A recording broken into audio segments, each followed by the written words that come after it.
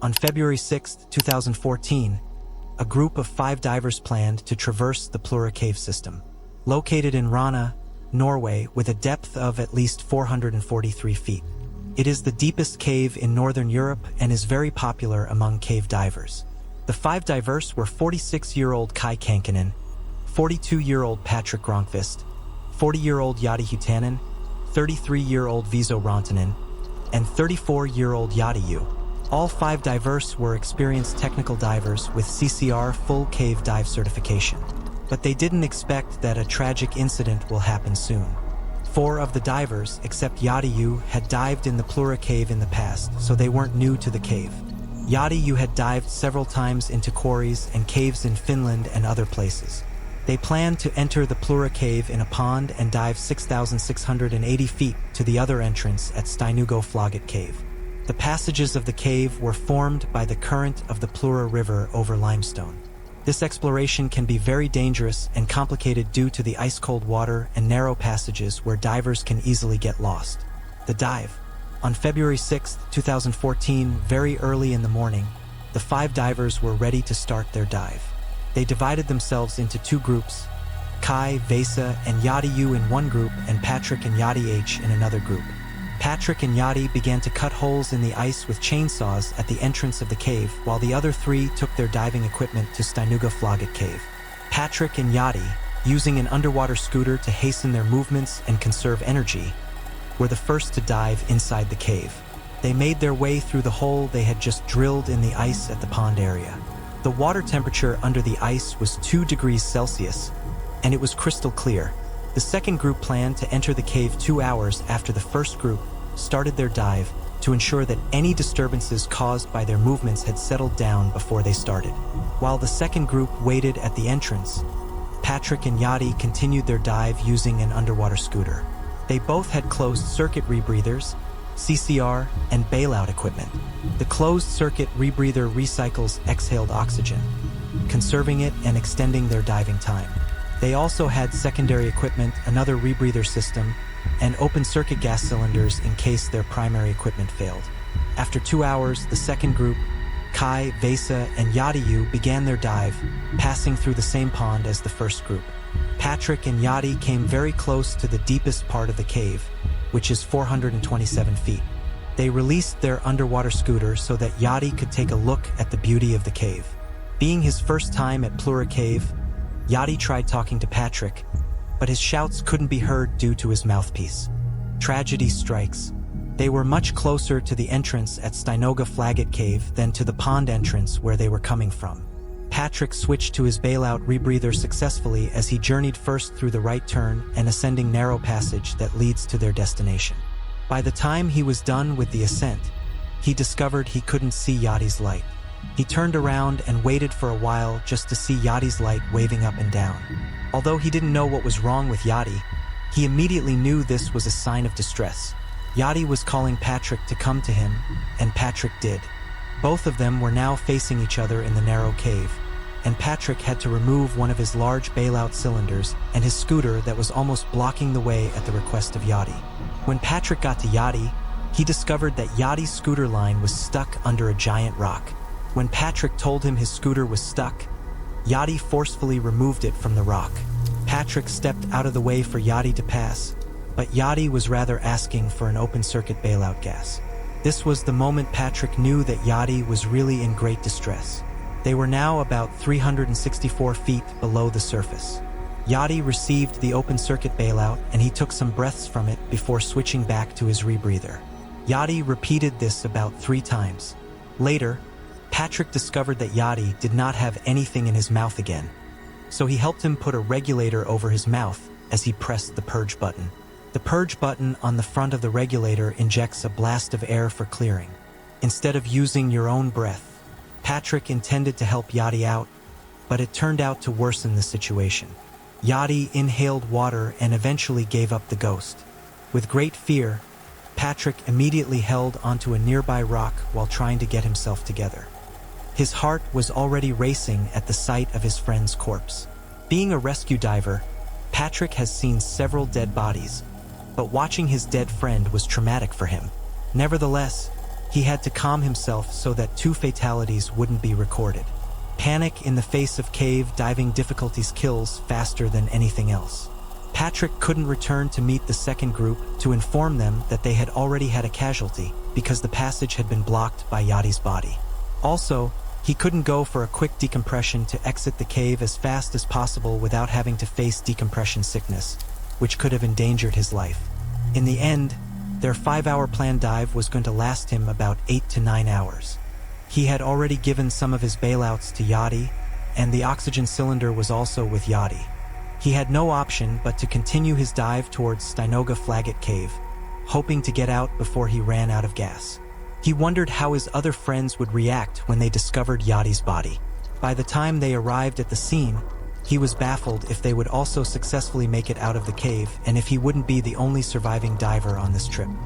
The second group, led by Vesa, who had a video camera attached to his diving scooter, had yet to reach the scene where Patrick and his dead diving buddy were.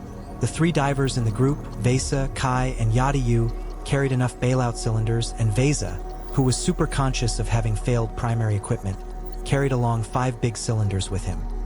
His friends had warned him against this action because his movement would be restricted in the cave's narrow passages. But he would not listen. Kai then offered to assist with one of those cylinders. At about 410 feet into the cave, Vesa got stuck in a very narrow passage. Therefore, he took off 2 of his cylinders so that he could pass through the narrow passage. Again, one of his fins became tangled with the guideline, and he shouted at the person behind him, Yachty, to help him remove it. After he was out of the entanglements, he realized that his diving time had increased because of the initial delay. This means that he would have to perform several decompression stops in cold water, which he disliked. Vesa continued his dive into the deepest part of the cave. Then he discovered Yachty's body. He didn't look into the body, but maneuvered his way around it to pass. When he noticed that a light was closer to him, Yachty slid. He shouted that Yachty was dead, but he would try to find a way to pass. Kai, who was some distance behind them, met Yachty and discovered that something was off with him. He asked Yachty what was wrong, but he couldn't understand what he said. Yachty was moving up and down. Possibly he had seen the body of Yachty and decided to turn back. At some point, he switched to his bailout system and stopped using the closed-circuit rebreather.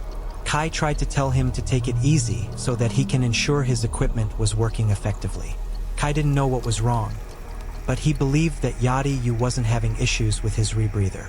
Not long afterwards, Yachty also dropped dead. When Kai saw that Yachty was dead, he had no option but to continue with his journey. There was nothing he could do for his dead friend. As he delved a bit past the body of Yachty, he saw the body of Yachty and teamed up with Vesa, who was kicking violently to get past Yachty's body. Then Kai shouted to inform Vesa that Yachty was also dead and that they should turn back. But Vesa didn't turn back because of the long distance it would take them to return to the pond entrance where they had come from. Kai turned back alone, not being able to wait for Vesa, whom he assumed might not make it through the rigors alive because he was already panicking and would get exhausted sooner. Also, he never knew what the fate of Patrick would be, dead or alive. But ultimately, he thought he too would have died. But luckily for Vesa, he was able to get through the narrow passage after removing some of his equipment. Kai had a long ascent to make. He had 2 rebreathers with him, but he was left with little extra air. One of his bailout cylinders, which was only fitted for deep diving, couldn't be used for his ascent. Kai had no option but to make a fast ascent, ignoring several warnings from his dive computer indicating his need for decompression stops. His chances of running out of gas were greater than having decompression sickness. On getting to the air chamber, which is just about 98 feet away from the entrance, Kai decided to breathe air from it while conserving his air. But he couldn't wait too long, wondering how many days he would need to spend in the air chamber with no one available to rescue him if anything went wrong with him there. He had to move on and continue his journey to the entrance. His situation got even worse because his underwater scooter broke down. This resulted in more exertion as he still had to maneuver his way to the entrance if he didn't want to die in the cave. The trip from the air chamber to the entrance took 45 minutes without his scooter instead of 15 minutes. Meanwhile, Patrick was in great despair while he was heading towards the entrance of Steinagel Cave after the death of his diving buddy. He never knew what had happened to the rest of his friends. He thought about his family. What could he have done alone in the dark, cold water late at night? He held on to the rocks as he continued his dive. He had limited battery power left for his scooter, but he needed to stay warm and have light around him. But he could only go for one of these options at a time. Either he stays warm and is in the dark, or he stays cold and has light. It was a tough time for him. Patrick never knew that Visa was behind him, having his decompression stop. He never thought any of them had made it alive. Vesa remained close to the guideline, and he often laid on the cave's floor while waiting during his decompression stop.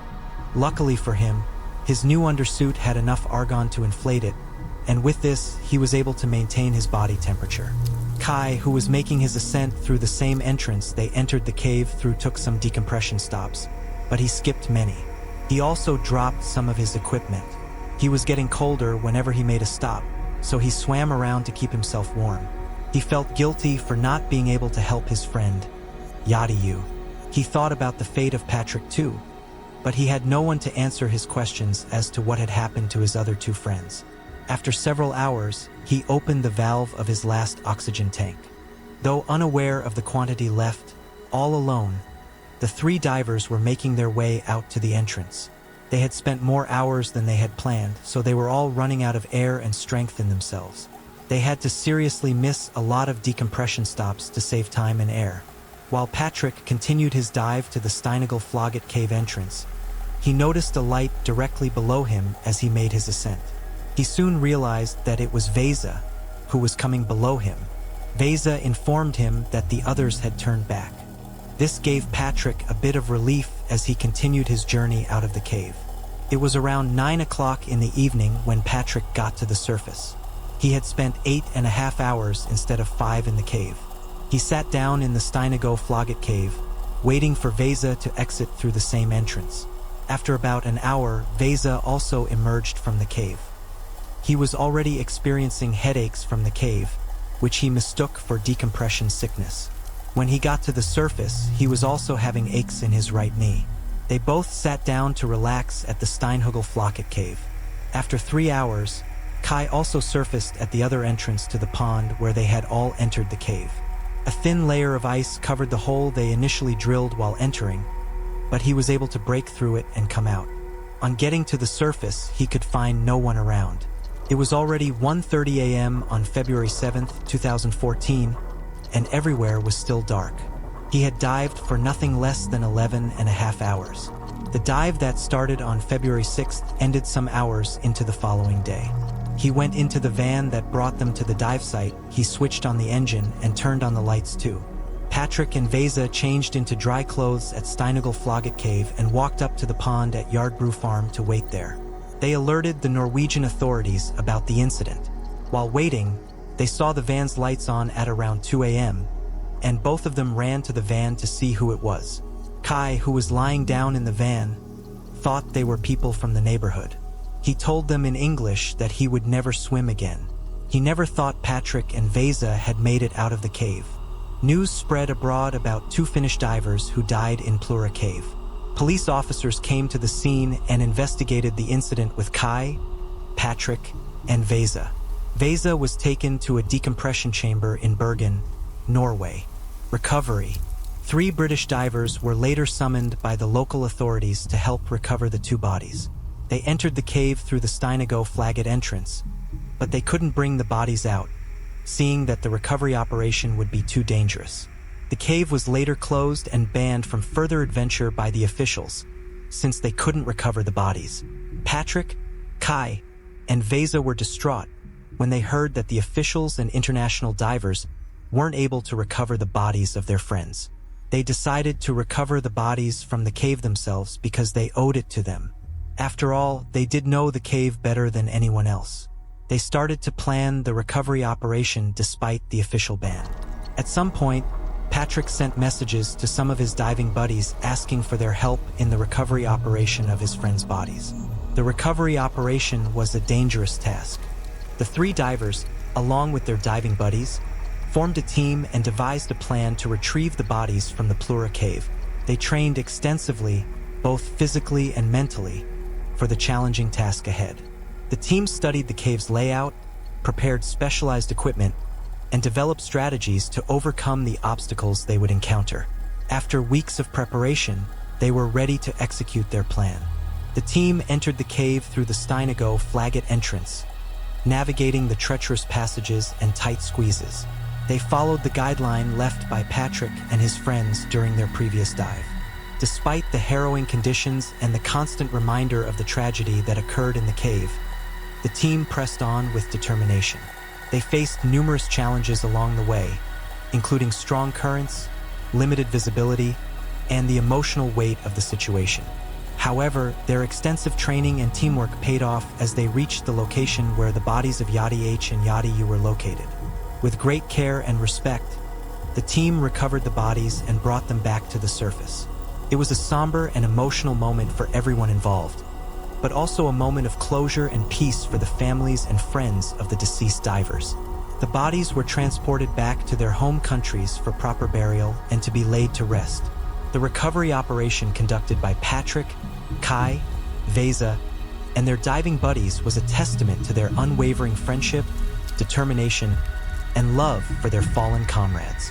It also served as a reminder of the risks and dangers associated with cave diving and the importance of proper training, preparation, and caution. The Plura cave tragedy left a lasting impact on the diving community, prompting increased awareness and safety measures for cave diving explorations.